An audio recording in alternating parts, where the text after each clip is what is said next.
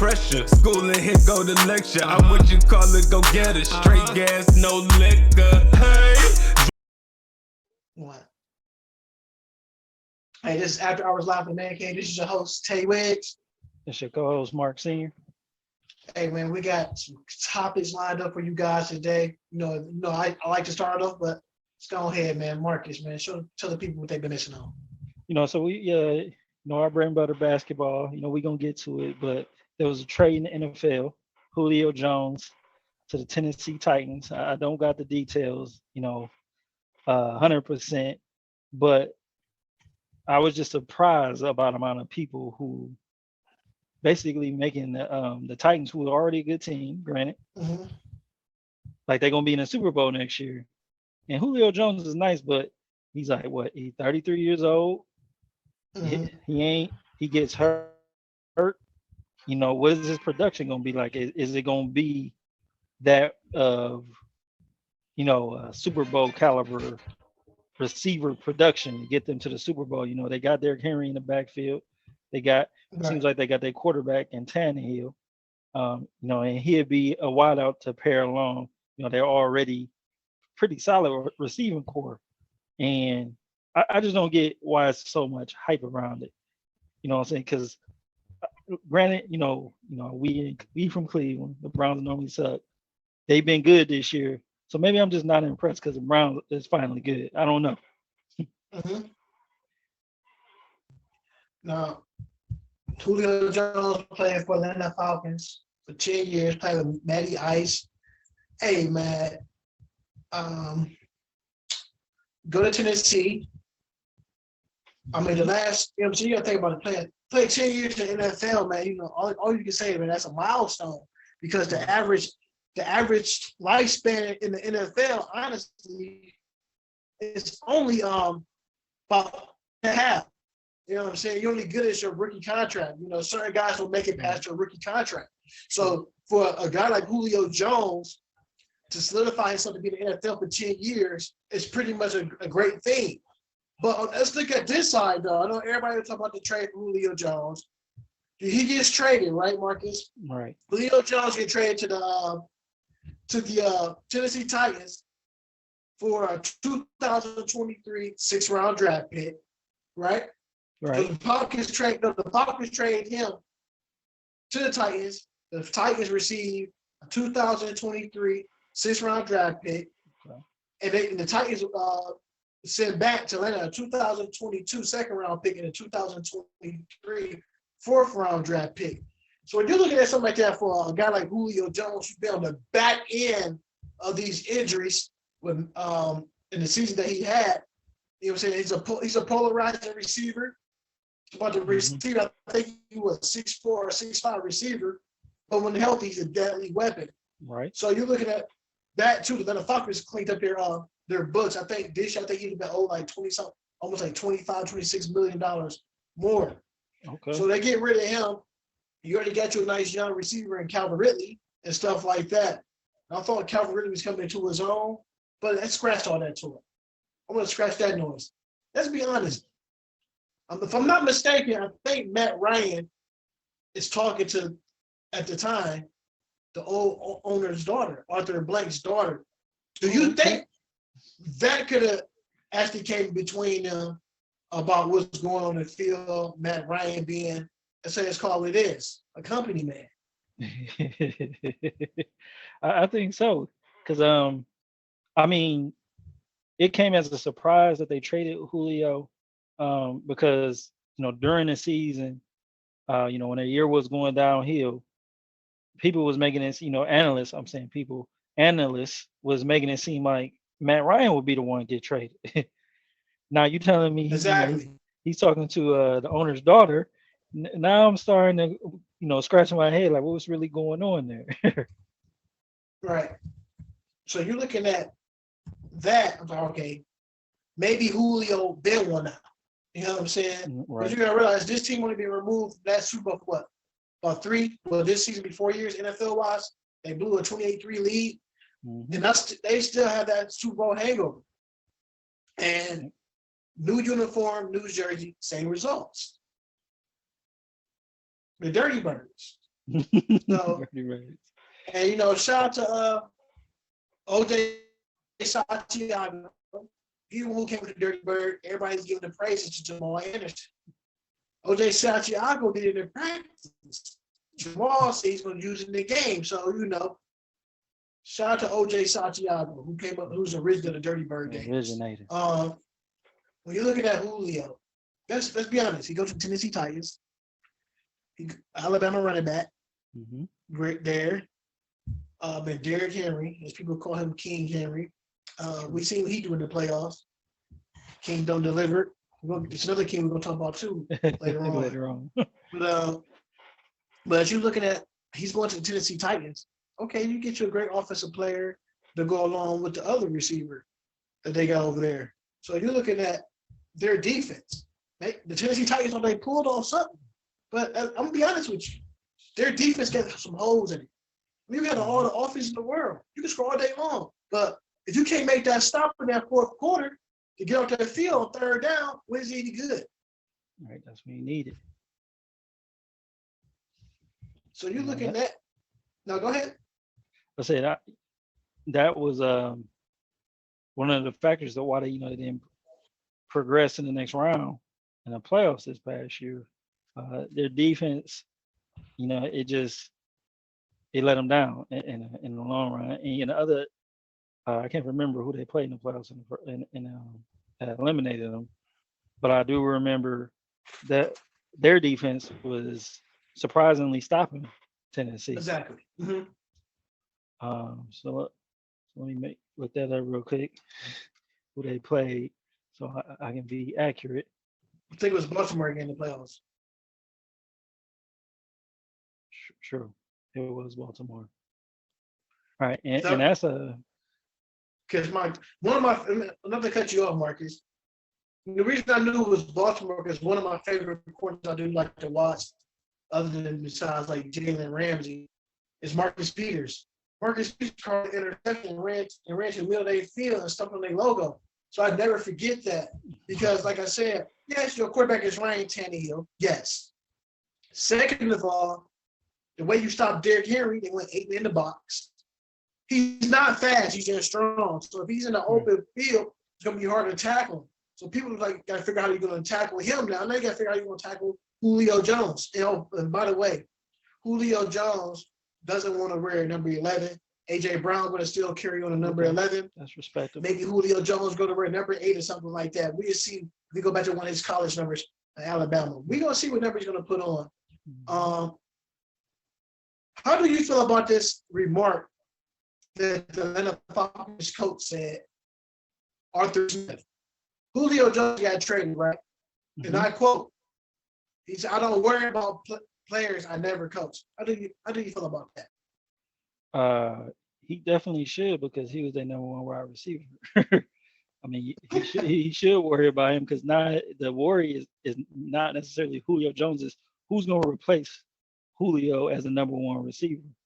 Not only that, Marcus, go ahead. I'm saying, not to cut you, but not only that. No, we'll let you finish. We'll let you finish. I can't be doing that Stephen A. Smith stuff. Man, go ahead, man. Go ahead, finish. So that was basically my point. Like, he got to look now. He got to look at the tape from last year. He got to look at his current wide receiver test and say, well, who? Because they got draft picks back. They didn't really get any physical people who will be on the field next year. Who's going to replace their production? The type of offense they ran was heavily based on Julio and Matt Ryan. Right. And a team like the Falcons haven't had a running game in almost 3 seasons. Mm-hmm. So now you lose another weapon in your offense in Julio Jones. You have no running back. You got to find one.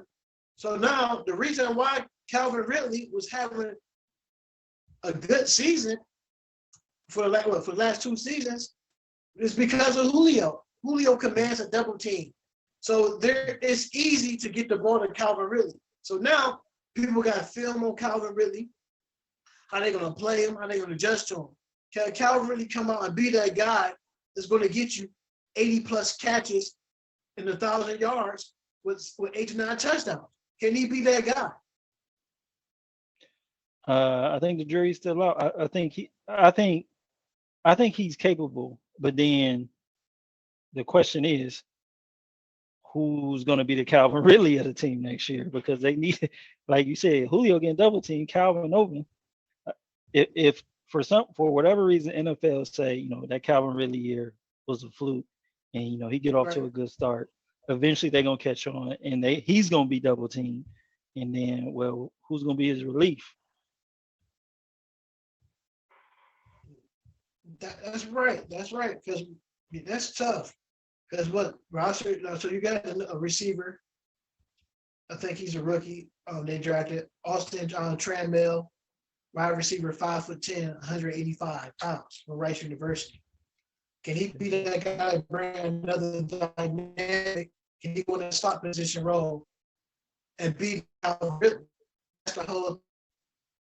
They got the guys. The whole thing is marked, and they come together and put a cohesive unit together to beat to defeat the odds. Because last year they only won 4 games, 4 or 5.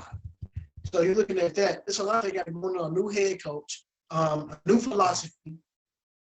So there's a lot going on. True. So look at Falcons. Do I see them? No. I think they're one of the 4 teams actually got worse in the division. The Panthers got better. The Saints is there. And who's the other team? The Tampa Bay Buccaneers. How can I forget about the Super Bowl champs? So you got Tom Brady. What he's going for, number 7 or number 8? I think it's number 8. I think he's going number 8. He's going for 8. So if he go for so you got Father Time who's defeating the odds when in that division, which is a beat up division for real on defensive side. But I don't feel like Falcons got better on the offensive side of the ball. Like you said, Marcus Jury's been the champions. Mm-hmm. The Saints lose Drew Brees, Tyson Hill, or my boy famous Jameis Winston, crab legs. Right. It's gonna be the quarterback there. Yep. So you got Sam Darnold, who got traded from the Jets to the Panthers, is the quarterback, who's coming out under our new philosophy, which the guys from still living here in Charlotte, the team has been working out on their OTAs. He's grabbing them guys early and trying to put some continuity together. Right. So the Falcons got to catch up. So they're gonna have to do something. Hey, speaking of football, I like this topic. We don't do too much talking about football. Aaron Rodgers, Green Bay Packers,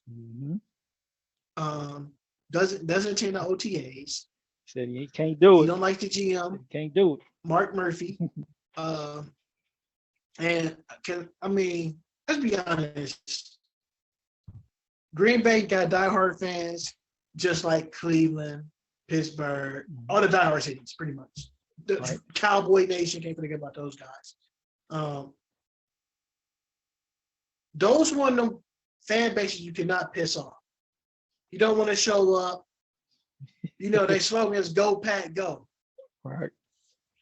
And it's like the Spurs, go Spurs, right? Yeah. Green Bay Packers on their things, they got "Go Pack, Go," Pat Aaron Rodgers, basically saying, "Get out of town." Do you still believe that Aaron Rodgers is mad because they drafted a quarterback a couple of seasons ago in Jordan Love from Notre Dame? He feel like he should have been consulted about who's being drafted. Yep. Do that sound like a diva to you?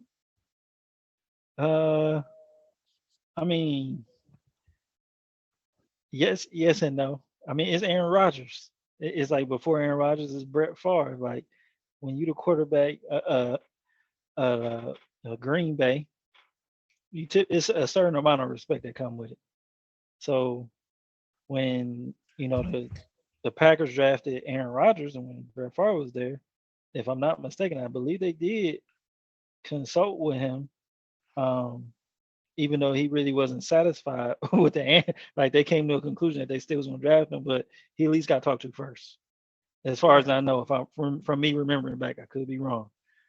So Aaron Rodgers just feel like he deserved that same look. He was the MVP last year, and that's after they had already drafted him. So I feel like it's a little too late to kind of be like, I'm mad at y'all for drafting that player 2 years ago, and you came out and was the MVP last year, and basically could have went to the Super Bowl had it been for a couple plays. Now you can't come this year and say hold that against him. Like that's like his time to have done that is over and done with. Like he should have held out last year. Granted, we had COVID and all that. I mean, that's like the perfect time. Like I'm not coming back because I felt disrespected. All right. Aaron Rodgers from California. We know that much about him. Me personally, it's a business. First of all, you're 40 years old. I know he won the same stuff as Tom Brady. Let's be honest. Can we please stop calling Aaron Rodgers the GOAT? He only won one Super Bowl. Where y'all getting this GOAT stuff from? And people actually agreeing with it. That's like saying, if you bring up LeBron James' name, we're going to check it out later. If you bring his name up a GOAT situations, people are so quick to say he's not the GOAT. But these same people that be on TV analyzing and call Aaron Rodgers the GOAT. How is he the GOAT if he's been in one Super Bowl? One Super Bowl, Marcus, he's the GOAT. Been in one Super Bowl. We're talking about a team. You talk about a team when they do make the playoffs, they either get a bye week or they get beat out in the first, second, 9 times 10. So each team that mostly lose in the second round of the playoffs. But we sit up here calling Aaron Rodgers the GOAT. If people reconcile and put things, show up the OTAs and professionally, they get traded. They say, hey, man, I think my time here in Green Bay is up. Get traded. Because of right now, if he missed all the OTAs, but $93,000 is a lot of money for someone like you and I. But to him, they ain't but a scratch, a dent in the car. But the whole thing, I didn't like what he said, man. Hey, man, I love my teammates. I do anything for them. Why you not in practice? Right now, OTA. That's the time to be for him. It's the beginning of the these year. are right. I know they voluntary, but he missed the upcoming OTAs in July. He gonna miss $93,000. Wow. And he don't even care. Like he don't care. That's chump change, then. He probably got that money from Jeopardy. Right. Right. He got the Jeopardy money. Let's be honest, he's not getting the Jeopardy job. No. Another thing I do want to talk about. How do you feel about this? All right. The New England Patriots owner, Robert Kraft, just turned 80 years old yesterday. Right. Mark Ruffin, and Meek Mill went out and bought Robert Kraft the new Rolls Royce. I think it was like $5 million. It's a new one, 2-door, top, Patriot Blue. Patriot Blue. Now, Robert Kraft, I think, if I'm not mistaken, why are these guys paying the owner that own Kraft cheese? People buy cheese every day. These guys forked up some money and bought Robert Kraft a new Rolls Royce. A new Rolls Royce. How do you feel about that? And the reason I'm telling you how I feel about it, I think I would never did it. I wouldn't have did it. If the only way you can sweeten up the pot, if you get Colin Kaepernick back in the NFL. This is the same Jay-Z that tried to get Cap. I ain't gonna say he tried to get because he's not in the NFL. Kaepernick spoke on a certain idea and didn't go his way in his favor. Like I said, like to the audience, I know some people don't care for stuff like that, but I'm calling a spade a spade. But you're looking at somebody like a Jay-Z trying to get Kaepernick back into the league. He said the owner should do something. And he said if the owner don't do anything, he's not going to partake in those particular things. But you turn around a whole calendar year later and buy an owner a damn Rolls Royce. Yeah. Meek Mill, I can see Meek Mill. I was like, okay. He actually paid for Meek Mill to get out of jail. Robert Kraft. I said, okay, I give you a pass for that. But Jay-Z, what side of the field is you playing? Are you with us or are you not with us? I mean, well, there's a lot of smoke about, Jay-Z. What are you becoming? He was actually, let me get his exact title.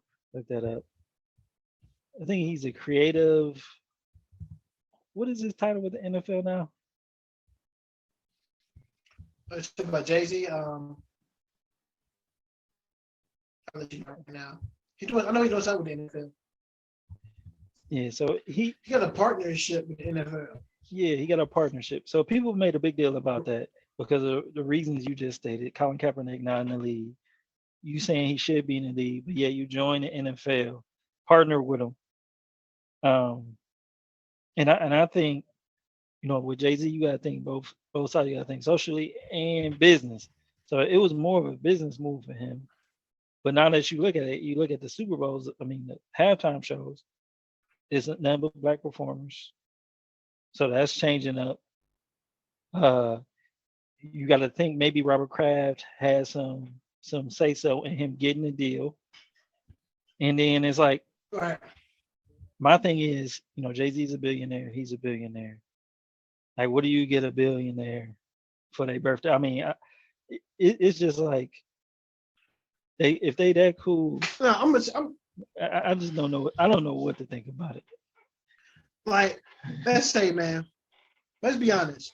Jay-Z sitting up here. Robert Kraft was convinced and persuaded by Jay-Z to get him to talk to Roger Goodell so he could do a partnership with the NFL, get more money up. So when he did that, they sat down, Rock Nation, sprawling company gave Jay-Z the influence over the league's most important people in music. And his first time taking over, the first person you put up is The Weeknd. You got to be kidding me.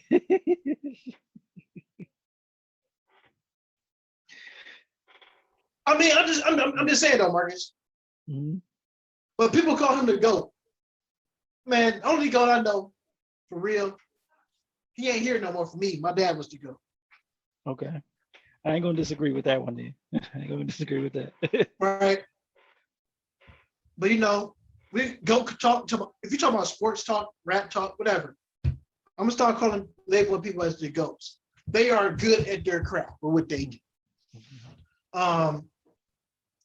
But Jay-Z, like you said, this dude's a billionaire. He's working at NFL. So you looking at Jay-Z up here hobnobbing, smiling in these owners' faces, and some of these owners right to this day, i.e. the Houston Texans owner, said that black players acting like they belong on a prison yard. So that's right there. That's a whole thinking mentality. All of a sudden, we don't hear nothing about this Sean Watson cases no more. He probably won't play this season. Yeah, all because of man, and all because he wanted to be traded. But back to this guy, Sean Carter. Sean Corey Carter. He's in the Hall of Fame, by the way. Jay-Z. Yeah, but he got inducted this year. He'll be inducted to the Rock and Roll Hall of Fame. When you're looking at somebody like that as a businessman, I get the part he's a business. I don't know, maybe Kaepernick could have blew a deal or something like that. Let's be honest, Kaepernick is pretty much can start for any one of these teams right now.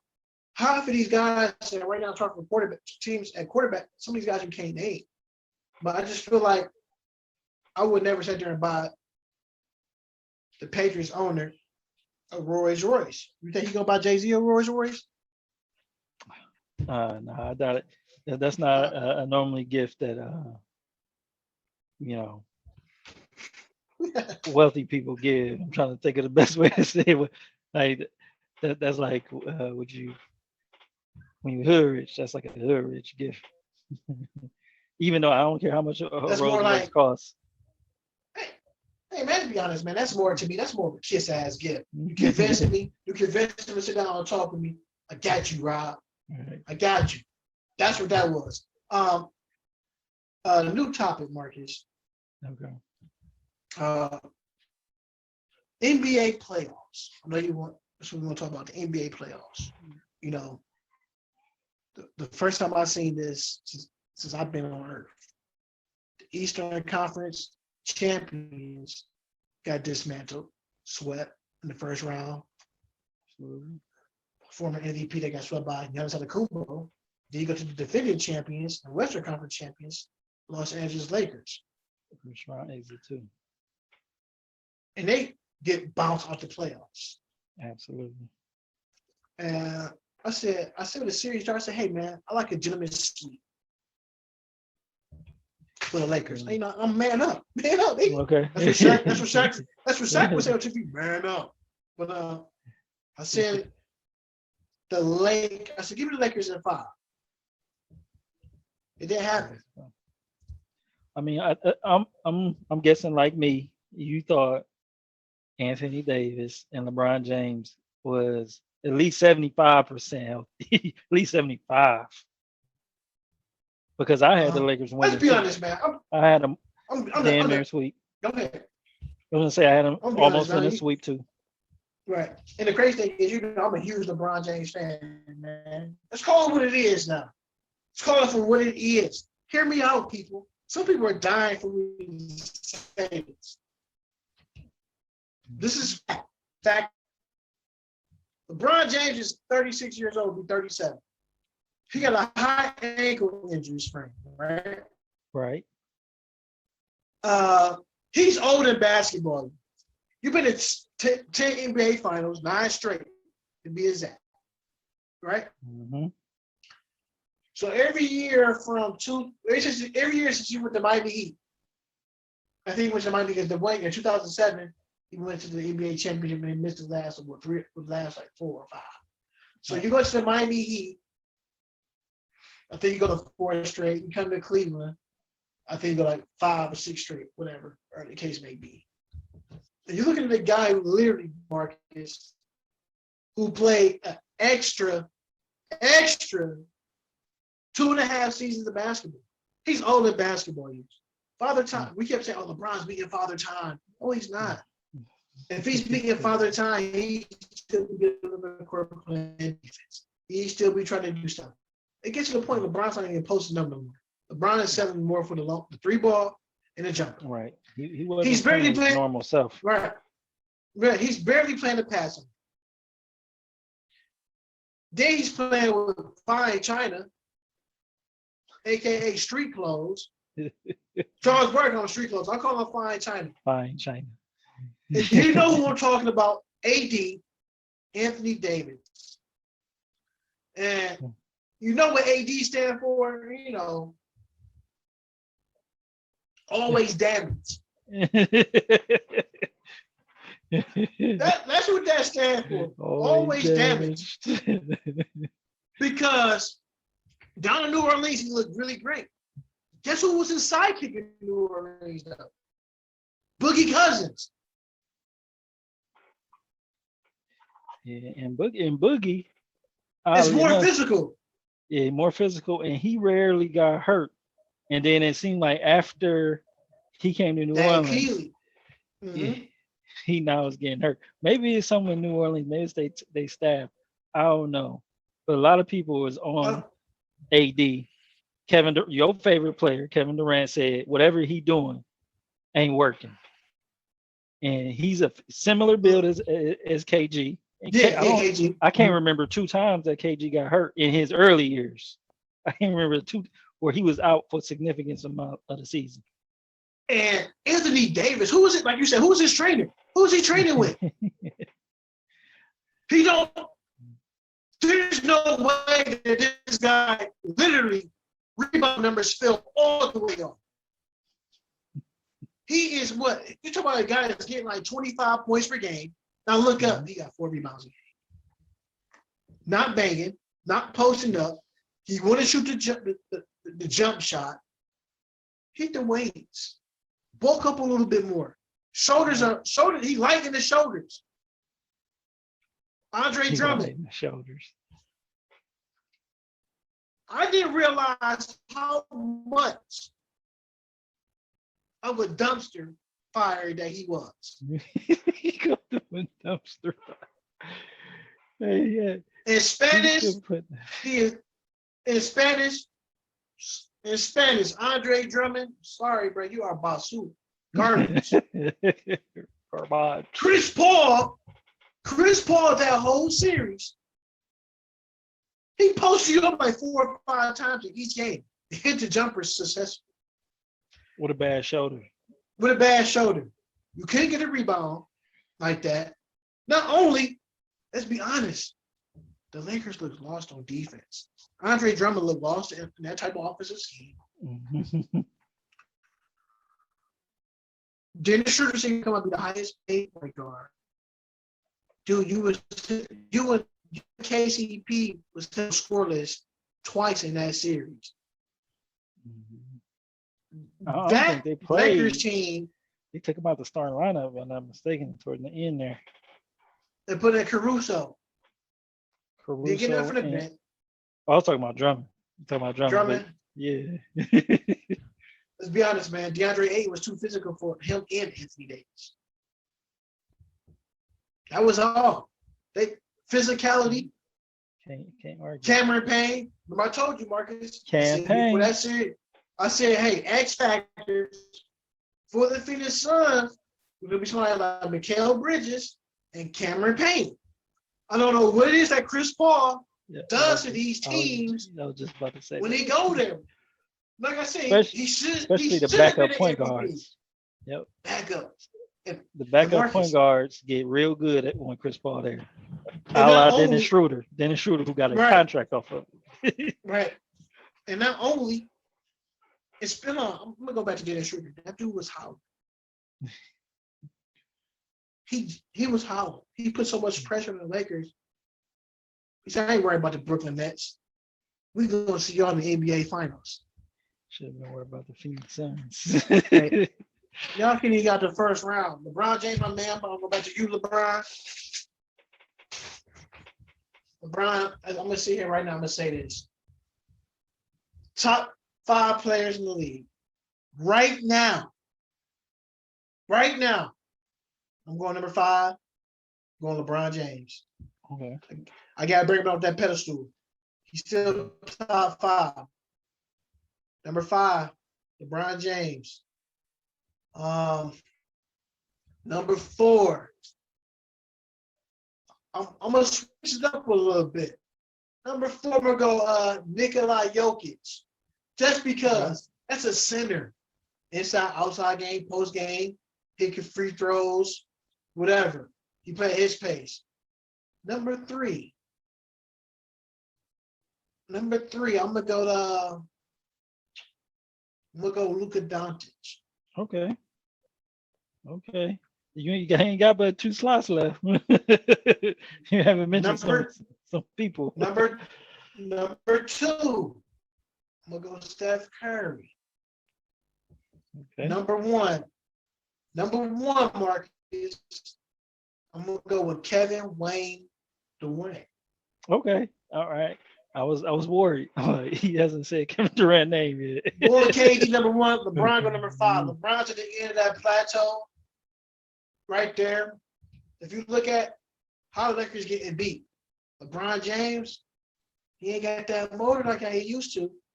He can't rub it down corner and catch Cameron Payne and Mikal Bridges. The point guards got faster, smarter. They know when the chase down is coming now, so they make sure they tell with someone else. LeBron, and he gonna need more help to get where he gotta go. The reason I'm saying that because AD's going to be hurt. Shooter's streaky.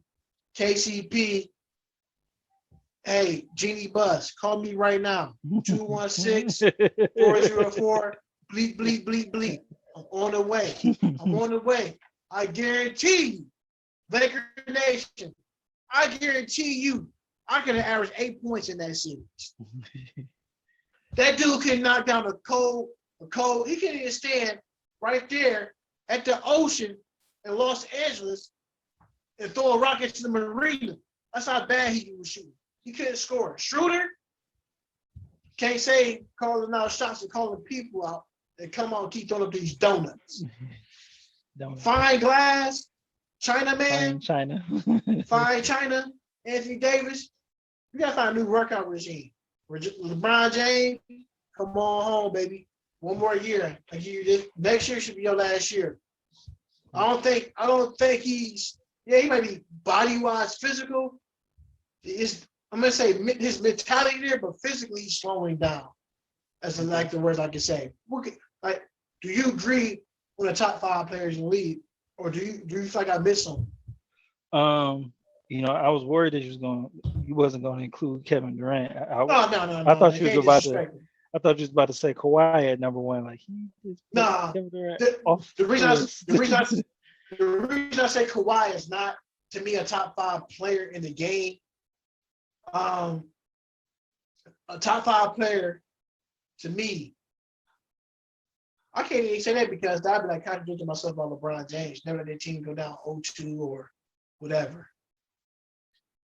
But look at somebody like Kawhi Leonard. Like he's not a vocal enough leader, Marcus, to get the best out of his players. It's like when I hear them guys talking, they don't have an identity. They don't have a leader. You try to figure out who their leader is. What's the style they taking? Kawhi's quiet, cool, and collective. Paul George, same type of person. True. Quiet, cool, and collective. If you think about Steve Ballmer, their owner, is more energetic than they are. Right, he's a rah-rah type guy. Yeah, who is the real leader of that team? If it's hard to say. I would have to go with Ty Lue and maybe Rondo. Marcus Smart, man. Marcus, Rondo. But I don't think Paul George not playing like Paul George to be still. Mm-hmm. I mean, that team, Dallas is a hell of a basketball team. The Clippers should never been down 0-2 from the jump. I mean, so I don't know about I wouldn't say Dallas is a hell of a team. I think it is Luka Doncic, Tim Hardaway Jr., and then everybody else. Like, okay. But to your point, with that said, like they wasn't that. I didn't think that was that good. The Clippers in no way should have been down 0-2. They should not have lost 3 times to them on their home floor in any circumstance. But Luka's a dog. Yeah. Luka's a dog. Yep. Speaking appropriately in the top 5. So yeah. Speaking of the Dallas Mavericks, what about Kristaps Porzingis said he don't feel like he's part of the team and where he's got to go? Hey, another one, another fine China guy. Yep. I was just about to say that. Like that's a guy who always get hurt. He didn't show up during the when they needed him down the stretch. Like they wasn't that good of a team, but had he played like the number 2 they paying him to be, they would have. I think they could have swept the Clippers. I think they could have just put him out easily. But he wasn't playing up to par, and he probably not going to be on the team for too much longer. If he makes statements like that, and he ain't gonna produce, you can't make statements and not produce. When I look at somebody like Kristaps Porzingis, I was thinking that them like being a remix to Steve Nash, Dirt and Whiskey. That's what I'm saying. I was calling them the remix. Remix, baby. I said, if this guy can stay healthy, the Dallas Mavericks can be a threat to a lot of teams because you will have Luka Doncic 1A. You could have Kristaps Porzingis being 1B, but he don't give you no 1B performance every night. He be playing like more like 3D. And Tim Hardaway been stepping up. I was thinking, all right, these Dallas Mavericks right here, I'm gonna say they the remixes because you got Steve Nash starring Luka Doncic. Okay. You got Dirk Nowitzki starring as Kristaps Porzingis. You got Michael Finley / Josh Howard starring as Tim Hardaway Jr. Mm-hmm. That's how I was looking at these guys. You got a great backup point guard in Jalen Brunson. I thought James even took off way more once Josh Powell came back from injury, which was a Cavaliers' original pick back in 2016. So it was, they had Jared Cunningham was gone, and Jay Crowder was originally the Cavaliers' pick who got traded to the Dallas Mavericks. So everything's going full circle. And speaking of that, the Dallas Mavericks, I'm just saying Mark Cuban got some moves to make to get the team over the hump because they're right there. I mean, they got Boban as their center. They need another center, and they need a nice, legit power forward. Yeah, I mean, they got to do it quick because, we could be reaching a point where players on their rookie contract that outperform it, Luka Doncic, may hold them to the fire. Like, hey, I'm up for an extension. I think this upcoming year, if I'm not mistaken. Right. I'm not going to sign an extension until y'all better up the team, and I'll just be a restricted free agent and see, put that to the test. I mean, he could do that. He's good enough to bet on himself and be like, hey, y'all improve the team, or I'll risk going to, free agency. All right. What about, I'm hearing CJ McCollum's name come out there and trade rumors. Knicks. He always is. Heat. Cavaliers. Is it time for the Portland Trailblazers to break that backward? They gotta do, like Dane said, they gotta do something different. They already got rid of as Charles Barkley said, the team and Terry Stotts parted ways. He didn't get fired. They fired Nate McMillan. They fired the black coaches. They part ways. Hey, don't get with the white. Don't get me started on that because I'm about to get started on that one. So they parted ways with Terry Stotts. So they got to get a new coach. Dane. So I've been hearing one Jay Kidd. So if they get Jay Kidd, turn his name. Take his name out the hat. Take his name out the hat. He took his name out the hat. Oh, so they got to figure out that.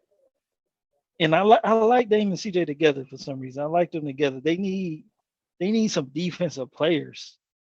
Like Joseph Nurkic, he's either hurt or he getting in foul trouble. He's always out of the question. He's like their best big man. China. And then you got a bunch of offensive players after that. Like they couldn't stop Denver. That was the reason why I think they had it. They were better than them offensively, I think, but they couldn't stop them. And that was their ultimate downfall. Right, and watching that series, I'm gonna be honest with you. Like I said, there's a couple of bench players I do like to watch the NBA. But like I told you, one of my favorite bench guys is Patty Mills. Right behind him is the guy playing for Denver Nuggets, Willie Barton. He ain't playing at all in the postseason, right? Mm-hmm. Monte Morris gets hurt to the lineup. It was catching fire. It's like they ain't had no answer. They had no answer for Michael Porter Jr. at all. And I'm looking, every time I'm looking at it, I'm like, Denver missing something. I said, Jamal Murray, right? Well, he wasn't even out there. He wasn't even out there. You got 27 points on the bench. Right. And the crazy thing is I can say that legit. Like that's legit. That's a legit 27 points on the bench. Plus. Mm-hmm. And the Portland Trailblazers still find a way to lose. They lost Nikola Jokic. That's why he's going to be the MVP. Yep. He played all 72 games. And out of the big man, he's pretty much ranked like 1 or 2 category. I agree. No So, argument here. and the crazy thing, and it's like, who you compare him to? I talked to somebody at work. I said, I always compare Jokic like a healthy Adrian Ilgauskas. Zeke hit the three, Zeke can post, Zeke hit the 15-footer, he can shoot free throws. And the one thing I always like about Ilgauskas' game, he's a phenomenal passer. All right. That's all Jokic. Comparison. That's all Jokic is. 50, 60 more pounds heavier. Adrian Ilgauskas. I would say a Z mixed with an older player or Venus Sabonis. Like if they would merge together. Yeah, they will be the great comparison. That's a great comparison. So what you think about Damian Lillard, like the letter or he left on Twitter about the future? Did it sound like he may want out of Portland? Did you get that type of sense of feel? I think it was a subliminal cry for help. For help. Like he gonna hold it down if he got to, but he's starting to look outside the window like, man, Donovan Mitchell is going to another round. Right, Devin Booker for me. Right, Devin Booker going to another round. I haven't made it to the finals. I only made it to the Western Conference Finals once and got swept. Like, and I got the same team every year, and we always end up in this predicament. So, where do you see him going? I don't think they can trade him. I mean, there's nobody that can get back. Like, out of your top 5, he would be like 6 or 7 or 8 on my list. Like, he's somewhere after the top 5. So you got to get somebody equal back for him. Hypothetically, let's say Boston Celtics make a trade. Okay. You trade Marcus Smart, package up Kemba Walker, and Jaylen Brown to the Portland Trailblazers. Is that enough for the Boston Celtics? They get Jaylen Brown, yes. And then they've got Dame and Tatum together. That may work. I don't know about numbers wise, but the Celtics get better, believe it or not. I know people will be like, Jaylen Brown, you trade Jay Brown, you get better, but they get Dame Lillard. With that too. So I feel like Jaylen Brown and Jason Tatum, I always say that, Marcus. I always told you in the past that would never work because they're the same type of player almost. Jaylen Brown just got better offensively. He's a great defensive player. Tatum plays defense. He just got better on the defensive end. The offense is already there. So you got two of the same players in the same front court. What can you do? Something has to give. We haven't seen a game where they both come together and be like, all right, Tatum had 30, Brown had 30. Imagine if you can get that from them almost every night. You're talking about a different Boston Celtics team. But for them to do that, that means someone else had to sacrifice. And I feel like the way the Celtics season went, speaking of parting ways, that's what the Boston Celtics say, hey, we parted ways with Danny Ainge. No. He should have got fired last year. Mm-hmm. And 2, which I don't like, Brad Stevens sneakily got the job as the GM. Nobody didn't bring no candidates in to audition for it to play it right. It was no interview process. No interview process. He got the job. He part ways, and here you go, a new job. Right. So the crazy thing is, go ahead. Man. So this is what bothers me about that. If you ask certain people in the media, outside the media, certain people about Brad Stevenson going from coach to GM, people will say they felt like he got fired. And that bothers me to no end. If he got fired, they should have said he got fired, and then he should have had the interview for the GM job. Like, I don't think people is putting that together like, this man just got a upgrade in salary job. I don't know. I don't care if he wanted it or not. He accepted it. I don't care if he was a good coach or not. He got pushed up And that never happens to black coaches, it never happens for us. It never works like that. How many GMs in the league right now is black? Mazai Missouri, right? And the New York Knicks, who's their president? I don't know if Stu Jackson is the president or not though. No, I think it's what's his name? All World something. Well, worldwide. I think Westbrook. Worldwide West. Let's see. We're gonna look that up. Worldwide West should be the next GM, and you got. He's the VP. So VP. He's equivalent to Masai. Yeah. Then you look at the GM of the Phoenix Suns, James Jones. Mm-hmm. So you're looking at that. And Elton Brand. I think Elton Brand. Elton Brand is still a GM. He's a GM. He's a GM. That's what I'm about to say. He might be. Yep. Okay.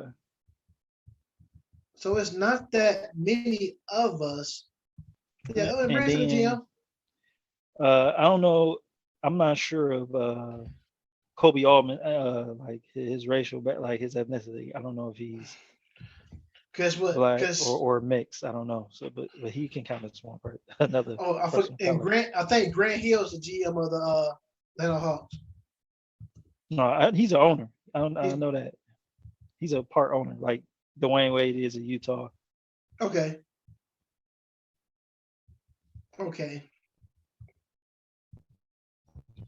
So as you can see, it's not that many of us that actually had that type of GM type of experience to get the job. But let's be honest, Marcus. Brad Stevens hasn't won anything in the NBA. No championships. Barely got to the first round. When you do go to the Eastern Conference Finals, they always lose a foul, but they get swept. All right. What has he won? Brad Stevens. All right, college is different. I always tell people college is different because kids are sacrificing to get to the NBA. So it's a little bit more easy to get these kids going. But now, when the kids transfer over to the NBA, they got paid. You can't tell them nothing. I don't like this coach, man. Why are you bringing him in? I'm gonna get the coach fired. Or this coach don't bring no sense of urgency. Right. But I'm looking at Brad Stevens. Yes, he got a good winning percentage. At the end of the day, when it's time to win games when it really matters, he don't win the game that matter. Have no type of continuity off the bench. They flip. I think they right behind the Brooklyn Nets with the most starting lineup changes. You don't know if you're gonna start Marcus Smart one night along with Kemba Walker. Kemba Walker gets hurt. I think Kemba Walker played his best years of basketball in Charlotte, to be honestly speaking, because the knee injury keep coming back up now. I think he got lost what he's supposed to do. I think Boston told Kemba what they wanted him to do and what they expected him to do, and his role diminished. Yep. And you looking at the guy who was averaging in Charlotte pretty much 24, 25 points per game, gets to Boston, then he's averaging like a cool 16, 18 points. And then sometimes on the floor, he looked lost. Like he didn't know what was going on because Tatum had most of the ball. I see Tatum was handling most of the point guard duties, or Marcus Smart was. Right. I think with that being said, I think this all goes pointing fingers at Brad Stevens. Then the fingers get pointed right back at Danny Ainge. Danny Ainge got fired. Brad Stevens got promoted. Like, how do you have an interview like that? That means deep down inside, that means when he first signed that contract, when he first became the Boston Celtics head coach, they must have said, hey, man, if Danny Ainge ever stepped down, you would be the guy that would fulfill his shoes. Right. Like you said, Marcus, they could have played it. Like, we're going to bring some interviews in. Hey, Brad Stevens threw his name in. Like, they didn't do that. Seem like they did something. They didn't do nothing. Take it. So you're looking at that, all this stuff that's going on in the league. Like you see, you got Dwayne Wade as the partial owner of Utah Jazz. Why do you think that Utah made that move? I mean, for one, Dwayne Wade, it's only right that he is in the league in some form or fashion. You know, Miami's ownership is locked up. It would have been appropriate for him to be there, but Utah had an opening. He got with the ownership group. It made sense. But then for basketball reasons, as we've seen, you know, during I can't remember what game that was, in Utah, Donovan Mitchell was getting advice from a player he patterned his game after, Dwayne Wade. So that's like a great fit for like a mentor mentee for your star player. Oh yeah, I forgot about Alonzo Mourning too. He's part like GM to the Miami Heat. He's a professional. He's a basketball executive, so you can say pretty much got hands on the GM.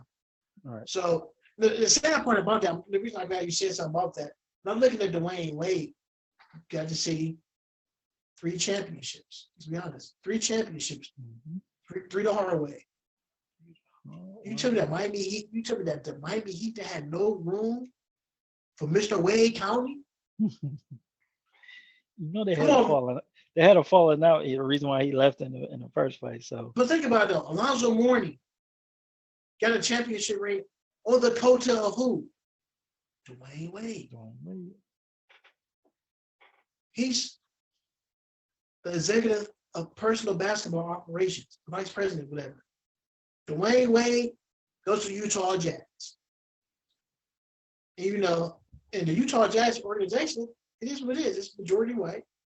True. They know Donovan Mitchell's coming up with a contract. So you feel like they're using D Wade to keep Donovan Mitchell, to lure Donovan Mitchell back into the Utah Jazz? Now remember, Utah Jazz and Donovan Mitchell been going up and down and getting to it for the last 2 or 3 seasons now. I think it is. It has a lot to do with that, but I don't think that will keep Donovan Mitchell there necessarily, because I think him and Dwayne Wade had a relationship before he became the owner, or part owner of the team, so he can still leave and get that mentorship. But it's like a reason to stay. Like, well, I guess they are trying to do things to help, you know, to satisfy me. Right. If Donovan Mitchell leaves right now, where do you think he would go? Let me see if we're on the same page. If he left, man. I mean, I ain't really thought about it. I think he would probably go maybe East. I was thinking East. I'm gonna tell you what. I'm gonna see what team you're gonna say. What you think? If he had a choice, I would say he would want to go with another star. So you got Milwaukee, or the New York Knicks. Thank you. That was my team. I was like, he's from the New York area. They need some help because the most improved player didn't play most improved. And if you put Donovan Mitchell with the New York Knicks, I think Julius Randle will fall in just nicely. That'd be a complete team. And I think they need. I think what hurt them too, though, the rim protection. I mean, I'm gonna give it up though. Notice Noel stepped up real big from what's his name? Martell Morris? Not Martell Morris. Robinson. Mitchell Robinson. Mitchell Robinson. Yep. Sorry, Mitchell Robinson. He took a real bit for Mitchell Robinson. I thought that hurt them a lot too, because I think they could have got past the Hawks, but let's be honest, Hawks is a better team this year. As we see. So we're gonna wait till the whole season end. We'll come back together. We're gonna talk about what should happen. Let's get right into these playoffs right now. So we got 8 teams remaining. The Elite 8. You got the Brooklyn Nets, Milwaukee Bucks, You got the Atlanta Hawks, 76ers, Utah Jazz, Clippers, Phoenix Suns, and the Denver Nuggets. Yep. Which one of these series is going to be the most exciting series to watch? They all good though. These all good though. These are all good. I will say that. We see the Brooklyn Nets, they walking away with it unless some light bulb go off for Milwaukee when they get back home. So I don't think that one's it. I'm gonna go with the Clippers and Utah and Atlanta and the Sixers. I think those teams, like, it's gonna be some classic games and during those matchups.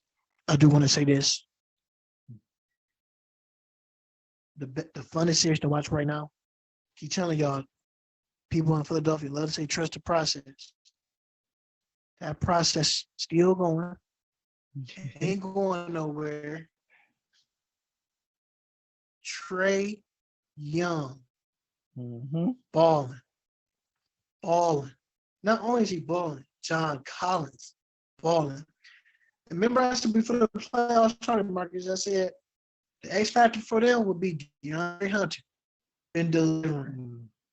Defense, hitting the side 3 ball, making the right decision. But who else been giving a healthy step up too is Dino Gallinari.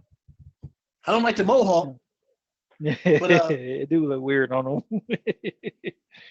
He's getting buckets. And he's out there hooping in them low top Adidas Pro models or some nights the high tops. Yeah, them old school joints. Those was back in popular when we was in high school. Right. Now you got the other, what's that? Bojan Bogdanovic? Bogdanovic. My goodness. I swear it's like one. It's a Bogdanovic on every team almost in the league. His one is in Utah. Confused. Yeah. They both they got similar first names too. Like, right, and they got a similar first name, but they say it differently. Yeah, they got similar first name and last name. So I'm looking at that. And you know who else I think been similar bit for them? John Collins. Remember he was the first he went to out of Atlanta. This is your year to shine. This is your contract season. They're going to have to give you the money. Mm-hmm. That's been the exciting series. That Phoenix Suns series and the Nuggets, that's going 6 or 7. Yeah. The whole thing is, can Jay Crowder stay hot? We know he did the salsa dance from LeBron James got ejected and all that. We know Chris Paul is making fun of Andre Drummond with the post up. How Andre Drummond made fun of somebody getting post up? Chris Paul is the reason why you on the bench because he was posting you up. Mm-hmm. Just saying. Kevin Durant and Kyrie Irving. My goodness. My goodness. They're like a well-oiled machine out there. My goodness. The reason I'm saying that, I don't know if you've been to California, they get the little oil things that go up and down like that, right? Mm-hmm. That's Kevin Durant and Kyrie Irving, like you said. Kyrie's playing. He used to get criticized for not playing defense. But when it really matters, when it counts, he been stepping up playing defense. He locked down. He done got some steals and blocks. Like, is that Kyrie? Hey, yes, it is. The thing, one of these playoff games, he had 11 rebounds. Yo, Kyrie got Kyrie had 11 boards and 8 assists. They're going on with 30 points. When Kyrie put those type of numbers, man, like I said, man, you know, people in Cleveland still bitter that he's gone. Mm-hmm. It's a business. Like, you're not in an organization with these guys every day, you know when your opportunity or the window is closing. Yep. And you got to look at Kyrie's a young guy. How people have fought that Kyrie Irving, when he's in Cleveland for the first 4 years, they was garbage. So if LeBron James leave, Kyrie like, you're not about to leave me here again. Here with them. But it would have been nice if he would have stayed and had KD come to Cleveland. Now that'd have been nice. That'd have been nice. But at the end of the day, Kyrie and KD said, you know what, let's do something different. Kyrie being from New Jersey and Kevin Durant being from Maryland, they still home. They still playing the tri-state team. None of them have New York City ties. Their ties is pretty much in New Jersey and Baltimore. Right. Why not? Why not? Bring James Harden along. So you got to realize that these guys have been tight ever since Team USA. Mm-hmm. So the whole thing about James Harden now, The knock on him now, you got help. Fine China. Can he stay healthy? That hamstring, at least with him, it's always the same injury. It's not like every year he hurt with something else. It's typically something in his lower body. What is Hamstring, wrong? most What is wrong likely. with his? What is his hamstring? What is wrong with his hamstring? He need to go in the He overweight, in the. in my opinion. I think that's You what it is. you think he heavy? Yeah, I mean, I think that's He need to go typically that. when your legs go out is because you're carrying too much weight. He need to go. He need to go get in one of them chambers like LeBron James get into. With that cryotherapy chamber, he need to get in one of those. Mike, what I'm seeing for the Brooklyn Nets, I'm gonna say sweep. I don't even think Milwaukee get a win. I don't. Dante DiVincenzo was pretty gone. You missing one of your other defensive guys. At the same time, I don't know. PJ They let Tucker Boston win though, but they did. But but PJ Tucker can't score though. no, he can't. And I was gonna say Jason Tatum had like an out of this world game to get that one win. So Right. And they was leaving. They built a wall on Giannis. Like, all right, stay open. Dude shooting air balls. On top of that, and you look at the 1 point time of the game. Are they down by 10? They can make a run. And y'all down by 20, 30, 40, 50. Marcus, I thought I was at work counting the registry down the way he was getting blown out. I'm like, dude, y'all was getting beat by 50. 50. And when somebody even talk about Blake Griffin, he been doing a good job checking Giannis. And he's looking like the Blake Griffin. Oh, he had a poster yesterday. He caught a oop yesterday. That was on Giannis too. He made Right. Giannis go like he made Giannis go like that. Like, yo, He made ever. Giannis make the business decision in That there. boy Like, nope. Hey, he went a tornado drill. I'm like, right now, KD, best player right now in the league.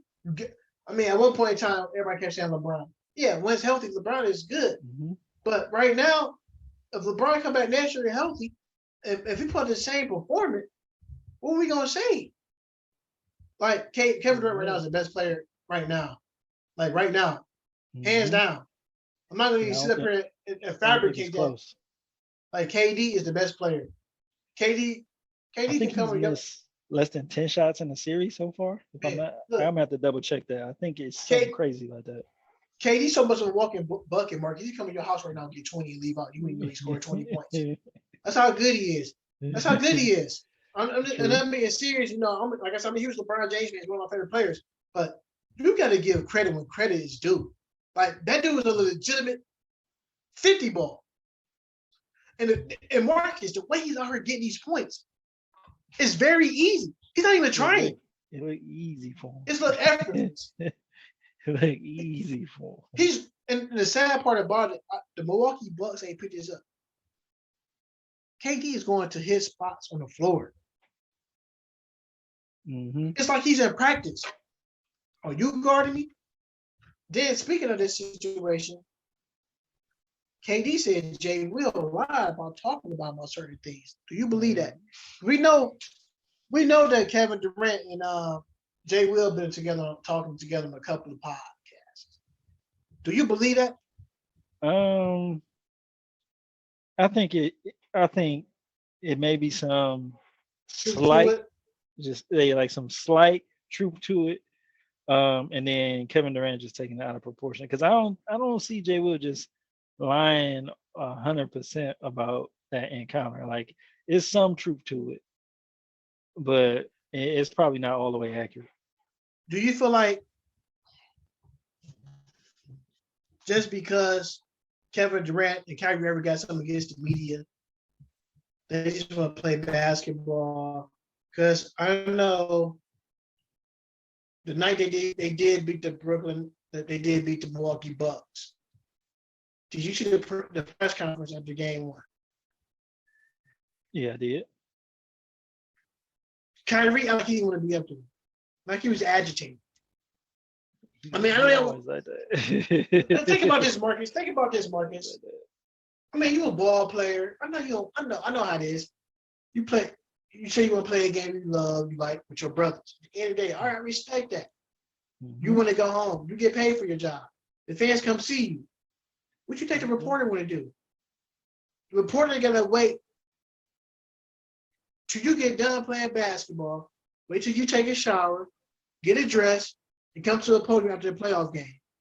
And all they do is they want to do their job too. Right. They get paid to do a job. Right. They're not getting paid. They're not getting paid like how he is. I mean, he loves his craft, right? We like reporters, journalists. We love what we do. This is our craft. If this pays the bills, we're gonna answer every question. Now, you have every right to say, hey, Kyrie's coming to the podium, guys. Don't ask this, that, and that question. Let's keep it more basketball related. Why he has not reached that approach? I don't know, and he's contractually obligated. When you sign your contract, there is a media responsibility, and like you said, why he hasn't done that, or even taking a Marshawn Lynch approach. Just show up, show up, smile, and say, "Y'all know why I'm here." I mean, I would rather see that than act like you're annoyed and pouting. Right. You pout, and the crazy thing, I'm glad you brought up Marshawn Lynch. Now, Marshawn Lynch do interviews with anybody now. He sure do. He definitely do. Right. But Kyrie acted as if like you've been there before, Kyrie. You won a championship. You had the highs and the highs, you had the lows and the lows. Is it because he know he's from that tri-state area, he know how the New York media is? He's gonna get so pretty much in New York's on the back page of the sports, you're gonna get slandered for having a bad game or whatever. Mm-hmm. It's the territory. What you think? All right, what you think people do at home? They criticize the game. Whatever the case may be, but they got a job too, man. Just do it. All you got to say, hey, all you got to tell the guy who's with you, hey, 6-question minimum. That's it. Or 3-question minimum. Answer 3 questions and give it to somebody else. Right. I mean, that's one way. Or you can just answer them very. I think I seen an interview with Kevin Durant where he just gave yes or no answers. Like there's nothing saying you gotta go into depth about things. Right. So, Marcus, I know with the Atlanta Hawks and the Sixers playing, Joel Embiid is hurt. Like I said, you can't count on this guy. This guy stays hurt. Remember, I told you, Marcus, I said they're not coming out the East. A healthy Joel Embiid or not. When you're looking at these teams that's left, they might get past if the Sixers win tonight.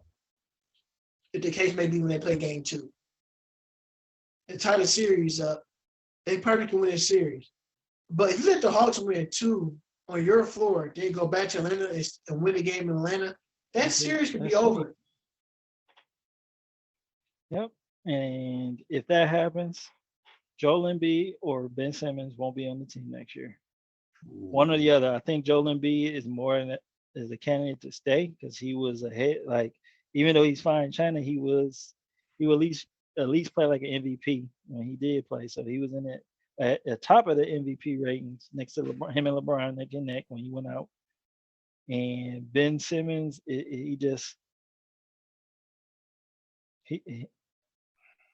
his offensive game will have to improve because that's what this era of basketball is about. Who you got win this series? If Joel Embiid is going to be hurt, like the last game, he played good. I think he put up 30. But he don't move the same laterally. Yeah, if he's going to be a negative on a defensive end, I'm going to take the Hawks in 6 games. I think Philly has enough talent, even with Joel Embiid hurt, to win at least 2. If somehow he get hands placed on him and he start doing better, I think they can win it in 7. Hey, so I know that's not an answer, but that's where I'm at right now. Give me tonight in this game tonight. Give me the Hawks to win by 8. I'll take the Hawks to win by 8. I got the Brooklyn Nets is going through Milwaukee Bucks. Yeah. Okay. I already said I like the Suns to win this in 6 or 7. I don't know. For some reason, I don't think the Utah Jazz actually match up that well with the Clippers. But the Clippers with the Utah Jazz, if you slow down in the Mitchell, you'll be fine. I don't think Utah's gonna be hitting all like that. I like my chance with the Clippers. Give me the Clippers to win this about 5 games. What are you saying? You're taking 5. I'm saying the Clippers are 5. Okay. I don't know if it's gonna be. I mean, the Utah Jazz shoot a lot of threes. If they have 2, and I think they're capable of 2 good 3-point shooting nights, and I think that'll be the 2 games they win. And I'm gonna take the Clippers in 6. I think they may have got things going in that Dallas series. Mm-hmm. A light bulb may have went off like, hey, we about to get embarrassed and put out of here. And I think, it'll be enough to carry them past this series at the very least. Now look at this. Shout out to the coach of the year, Tom Thibodeau. I told you it's gonna be either the coach of the year between him or Monty Williams. Mm-hmm. That was huge for what he did with the New York Knicks, turning them around, making it to a playoff team. I thought Monty Williams was deserved it as well. Yeah, to bring the Sun, where the Swedish Suns was at, the Suns was at last year too. He brought them all with the second place. Right. Now, and with a perfect bubble record last year. Right. So they never lost what they had. And sorry to say this, folks. So all the people that got Miami Heat jersey, Tyler Hero, he's a bubble fraud. That's the words of Jason Tatum. Yeah. I believe him 100%. I believe him 100%. Tyler Hero do anything. But before we leave the show, Marcus, anything you want to say or tap in? I just want to just touch on that coach of the year just one more time. So they gave it to Tom Thibodeau. He had already won it. I thought Monty Williams was deserving. But why don't they do the MVP like that? Because LeBron won it, and they don't want to give it to him again. They say, "Oh, he already won it. Let's give it to somebody else." That's basically how they act. Now, normally the coach of the year award, you always get that.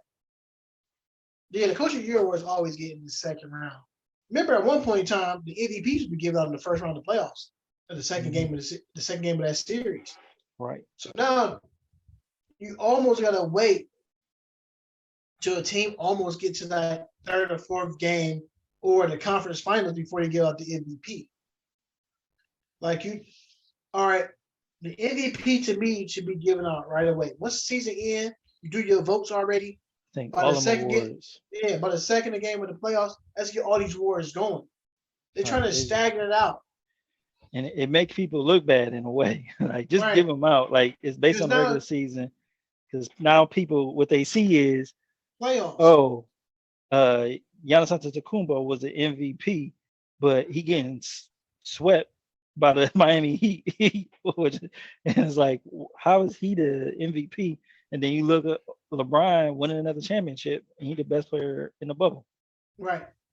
And Marcus, before I leave, I got a trade out there, dark horse trade.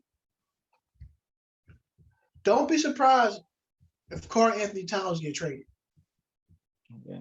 He's gonna take D'Lo with him. If his buddy, he fought so hard to get him, he better take him with him. Oh, Mr. Fine China, D'Angelo. I wouldn't be surprised if you see Karl Anthony Towns on the move, maybe to a team like the Dallas Mavericks, or that's if Dallas can pull that off, they will be in the conference finals. Oh no, I ain't gonna say that. It's a lot. They're gonna be. I would say that. I would like that because you can say conference finals. Because with that, you get rid of Porzingis. We know that Big Cat can get you about 20 and 15. Right. Did that take the pressure off him on certain nights? Mm-hmm. But the West gonna be better next year. And don't be surprised if Damian Lillard get traded. And don't be surprised DeMar DeRozan goes to the Washington Wizards to team up with Bradley Beal and Russell Westbrook. If that don't happen, I can see Russell. If that don't happen, Dennis Schroeder walks to Lakers and Russell Westbrook goes to LA. I'm just throwing some things out there around. Colin Sexton will be traded to a team. If he go out west, maybe you can get a CJ McCollum in return to hook back up with Larry Nance back into them playing days and them playing basketball together. I Who think knows? it depends on that, where they get. We still haven't had the lottery, so if the Cavs get to get Jared Cunningham, no, is it Jared Cunningham? The two guards, Jared Cunningham and Jalen Suggs. Jalen Suggs. If they got a chance to get them, you see the Colin Sexton or Darius Garland get traded. One of the two. No, Colin's gone. I guess I noticed on the stretch of the regular season, looking at their games closely. I'm looking at where Colin Sexton. Don't get me wrong. That dude's a microwave. He's a bucket for sure. If you look at his shooting percentage and shot chart, he actually takes great shots. But the whole downside of him is his assists. He's playing just like how Kyrie Irving was his first 3-4 seasons. Mm-hmm. Does Colin Sexton really trust his teammates to a certain point with the ball? We see where games they let him sit down for the rest of the season. You see Isaac Okoro come out and shine, have a 30-something plus game with hitting about 5 or 6 3-pointers with assists. You see with Darius Garland had the games we had the 20 and 10 nights and they're getting wins. I'm looking at that stuff. I'm looking at Darius Garland as a pass first, shoot second guy. You're looking at Colin Sexton, he should shoot first and shoot second, shoot third, then pass forward. That's in his whole MO. So if you trade Colin Sexton to a playoff competitive team looking for a firepower to bench, that would be good. That would be key. That would be key. But right now, with the Cavaliers trying to go, I don't know what the Cavaliers are doing in their organization. Kobe Altman, he's probably one of the GMs I have this year. I pretty much, like I said, I got MAV pass, Marcus. I pretty much sure heard a lot of GMs speak around the league have not one time heard Kobe Altman speak this year, but during when the season first started. You can't be the face of a team that's running things and you don't speak. The Cavaliers, I think 2 weeks ago, cleaned their lockers out. Kobe Altman still hasn't spoken. I feel like that my guy, Dan Gilbert, is probably going to part ways, aka fire, the new fire language, with Kobe Altman. I feel like you need a GM that understands the player. Kobe Altman is the reason why Kevin Porter Jr. is not in the Cavaliers uniform. Because Kobe Altman gave his locker to Terrion Prince instead of saying, hey, Kevin, you've been gone. I don't want you to be, I don't want to rub you the wrong way. We gave you a locker. Or is it okay that Terrion Prince had your locker? Yeah, I'm cool with that. They didn't do that. Cavaliers failed there. Cavaliers right now looking like a big boo-boo show. A lot of teams are in the league. Yep. Sacramento Kings are another one. Mm-hmm. Shit show. Detroit Pistons. Yeah. Same thing. Garbage. It's so funny that what's their coach name in Detroit? He was the coach of the year for when he was with Toronto.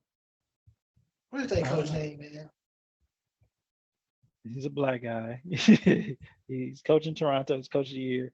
Got fired. Went to Detroit. Is that one? Dwayne Casey. Dwayne, that's it. How do a guy like that keep a job? I said he was the coach of the year in Toronto. He got fired. They won the championship. That's one of his best coaching years. They got Kawhi Leonard, and he won the NBA championship. Before that, it was before. Like he got fired, and then they won the championship. Then Nick Nurse came when he got fired, and they won the shit. I just feel like he went to Detroit for the money because Dwayne Casey is a hell of a coach. I can say he's overrated. I mean, JB Bickerstaff, okay, I'm cool with that. He found a little bit of things. He's an okay coach. I don't think he has enough rah-rah to get him going. Dwayne Casey is probably one of the guys that the Cavaliers need. You need a face in there. Right. That know how that understand the Eastern Conference language. Well, the Cavaliers already won the championship in 2016. He won the championship in 2018 or 2018. You're looking at he knows how to get the best out of his players. Mm-hmm. So once we see that come down and all to it, he might be on the move. But I think Dwayne Casey's not going to get fired. He's still going to be in there with the Detroit Pistons. He got a nice young group. DeLon Wright, Killian Haynes, who I like up there in Detroit. They got some continuity. Jeremy Grant, yep. Jeremy Grant possibly going to move. I think he's going to sign with another team. We're going to see where he's going to go. We're going to see. I'm going to be surprised if he be the Lakers uniform too, because all these guys will going to move. Tristan Thompson. So there's not household names out there this year, but next year will be the move. But this year, these pretty much moves looking for people that you're looking for to solidify your bench. Mm-hmm. Absolutely. To build a bench. So, Marcus, on that note, anything you got to say to the people before we wrap this up? No, I'm good. I think I got all my bullets up. All right, cool. All right, y'all know who this is. This is Tay Witz, After Hours Live from the Man Cave. It's Mark Senior. We out of here. Peace. Peace.